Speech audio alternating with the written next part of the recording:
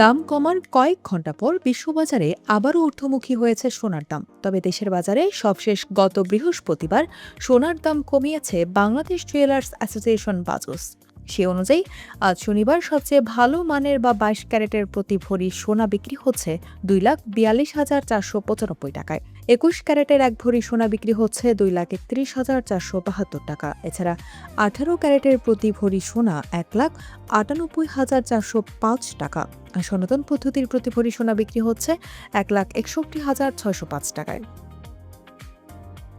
দেশের বাজারে সোনার দাম দফায় দফায় পরিবর্তন এলেও রূপার দাম আগের মতোই রাখা হয়েছে।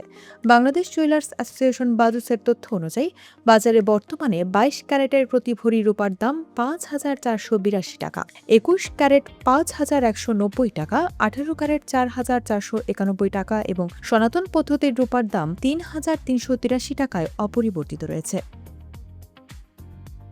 বাংলাদেশের সঙ্গে বিশ্বের বিভিন্ন দেশের বাণিজ্যিক সম্পর্ক দিন দিন সম্প্রসারিত হচ্ছে। একই সঙ্গে প্রবাসে কর্মরত কোটি বাংলাদেশের পাঠানো রেমিট্যান্স দেশের অর্থনীতিকে সচল রাখতে গুরুত্বপূর্ণ ভূমিকা রাখছে। এ কারণে বৈদেশিক মুদ্রার সর্বশেষ বিনিময় হার জানা অনেকের জন্যই জরুরি।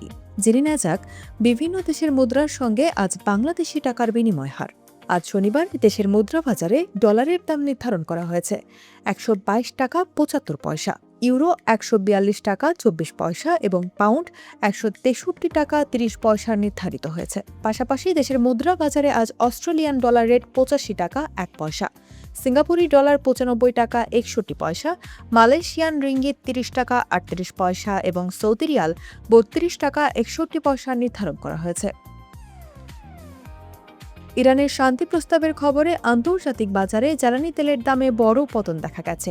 শুক্রবার লেনদেনের এক পর্যায়ে মার্কিন ডব্লিউটিআই ক্রুড তেলের দাম ৫% বেশি কমে প্রতীকী $১০০ নিচে নেমে যায়। তবে দিনের শেষ ভাগে এটি কিছুটা বেড়ে ব্যারেল প্রতি $১০১.৯৪ স্থির হয়। পাশাপাশি জুলাই মাসে সরবরাহের জন্য ব্রেন্ট ক্রুড ফিউচারের দাম $২.২৩ বা প্রায় ২% কমে ব্যারেল প্রতি $১০৮.১৭ নেমে আসে।